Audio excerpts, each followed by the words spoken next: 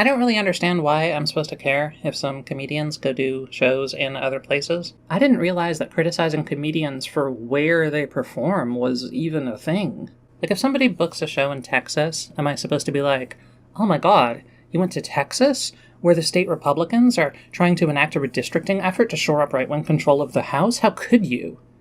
Like, is going to a place really a statement about support for that place? Like, I don't think these people came out and said, hey everyone, we love Saudi Arabia, the government here sure never does anything wrong.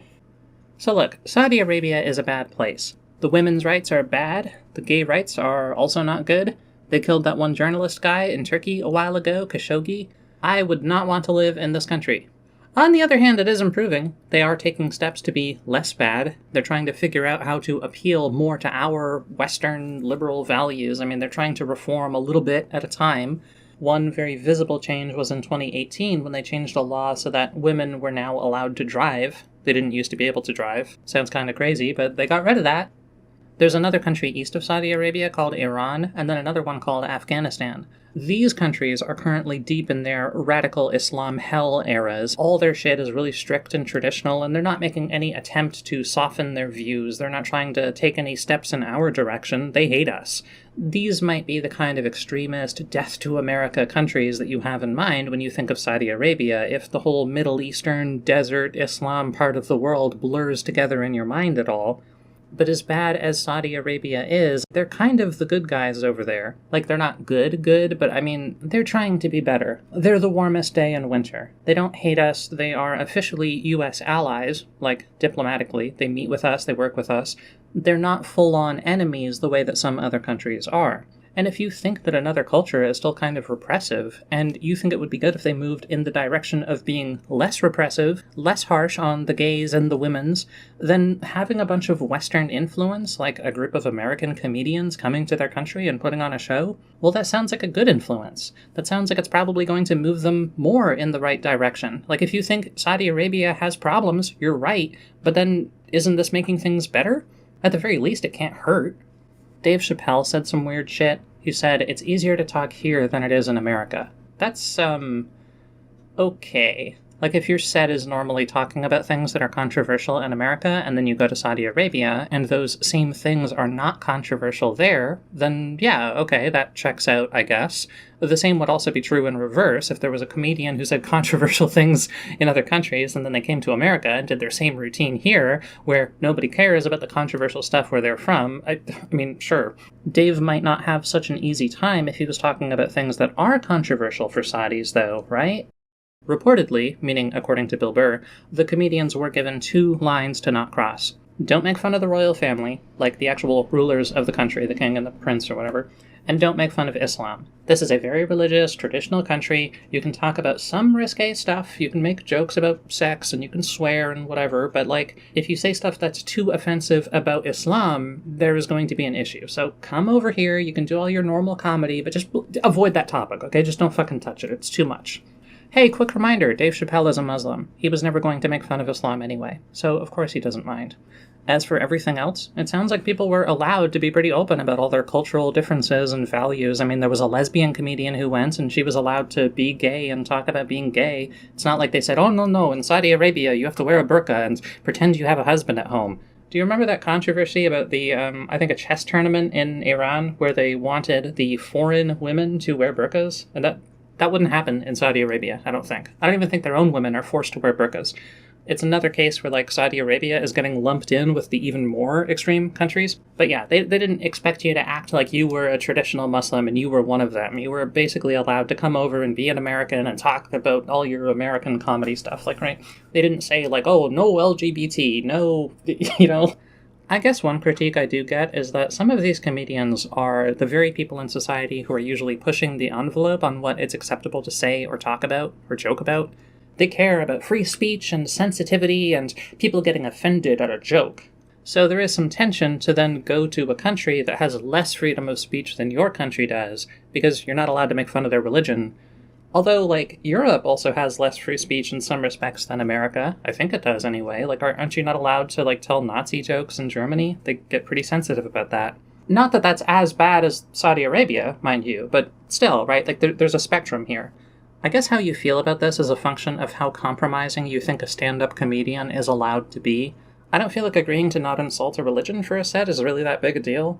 I'm trying to imagine if I was like a comedian and I went to India and they were like, all right, here's your stage, but please don't make fun of Hinduism, like literally the religion. Don't like make fun of the, what is their version of a priest at the temple or whatever, right? Like don't insult the faith. Or imagine going to like a Jewish community and they're like, all right, but while you're here, there are some Orthodox Jews in this neighborhood. They can get a little sensitive if you make fun of Judaism itself. So the only thing is, please don't make fun of the religion.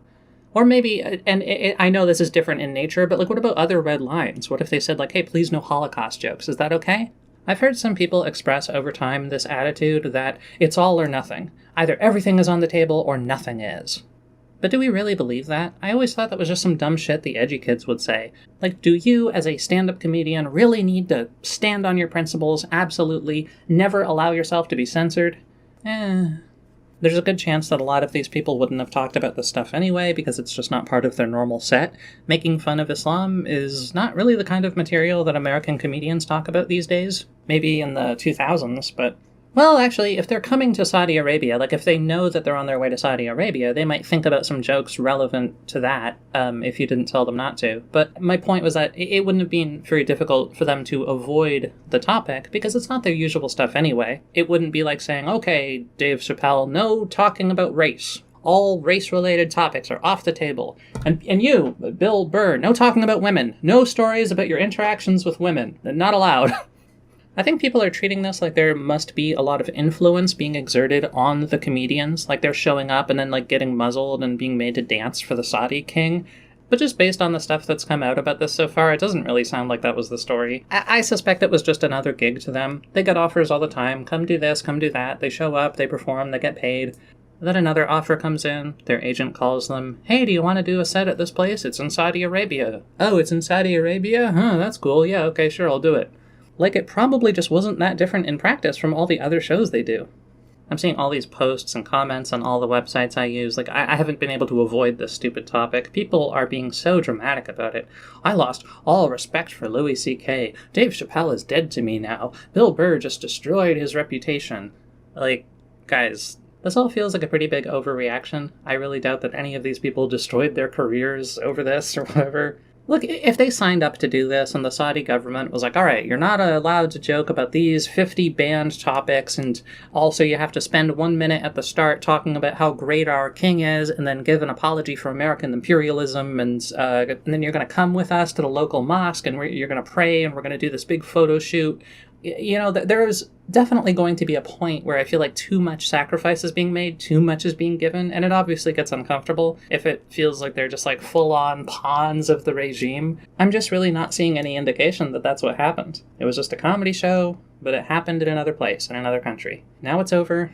Wasn't a big deal. I saw that Bill Burr is catching some negative reactions to his comments after it. He says, you think everybody's going to be screaming death to America and they're going to have machetes and want to chop my head off? Is that a Starbucks next to a Pizza Hut, Burger King, McDonald's? Like, he points out they have Western American fast food restaurants. And people are like, dude, are you really this fucking ignorant about other countries? I mean, this is obviously an exaggeration, but I think what he's expressing is just that there's a big contrast between the way that people conceptualize certain other countries through stereotypes or the way that they're portrayed in cartoons and stuff versus actually going there. And that when he went there himself, he was surprised at how modern and Western many aspects of their society have become. And I think that's fair. I think the average person, if they randomly took a trip to Riyadh, would also be surprised by this, because it's not portrayed that much. And Americans are, generally not very knowledgeable about the rest of the world. I also keep seeing a lot of comments about 9/11. This is probably an example of the kind of ignorance that I'm referring to, because I'm pretty sure Saudi Arabia wasn't responsible for 9/11. There were some people from Saudi Arabia involved, but that's not the country doing it, right? Are we in a place where people from a country do a crime, so now 20 years later you're not allowed to go to that country or do a comedy show in that country? That would be a pretty crazy argument, but that kind of feels like what people are saying. Look at this guy, David Cross. I'm not too familiar with this guy. I'm disgusted, deeply disappointed. People I admire would condone this totalitarian fiefdom for what? A fourth house? A boat? Did they all get paid like a crazy amount from doing this? Was the pay really like a big deal to them? We can never again take seriously anything these comedians complain about. That's why, right? Like this non sequitur. Unless it's complaining we don't torture, execute LGBT peace activists, or we don't terrorize enough Americans by flying planes into our buildings. There's a comedian named Pete Davidson. I guess his dad died on 9/11. He went.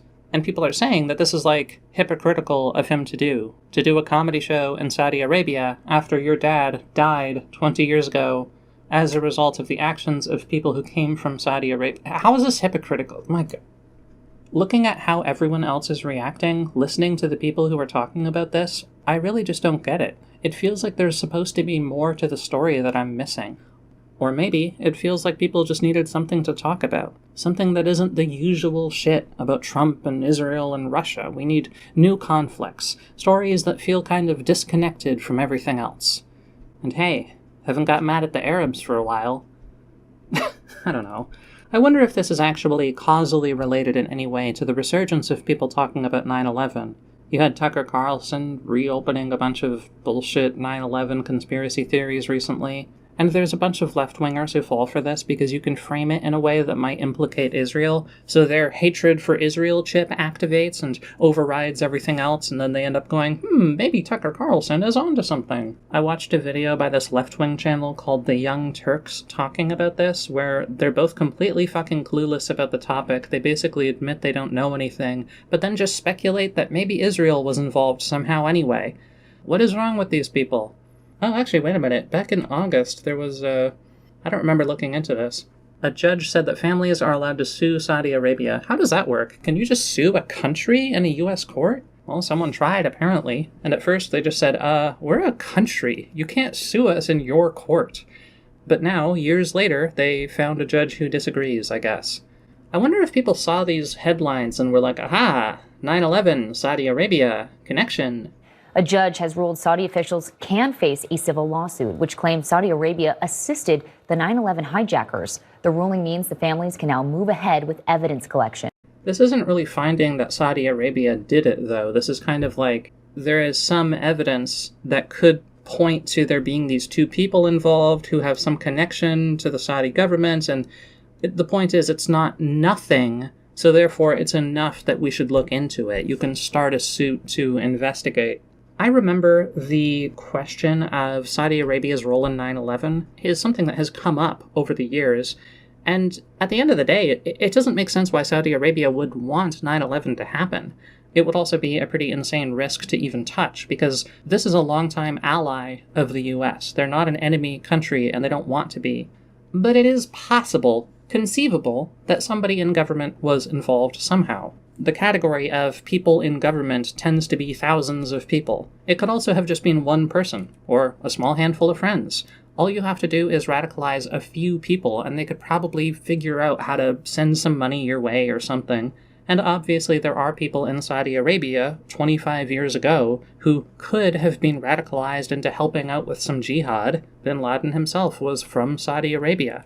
But this is very different from the actual central government, like the king and his officials, having anything to do with it.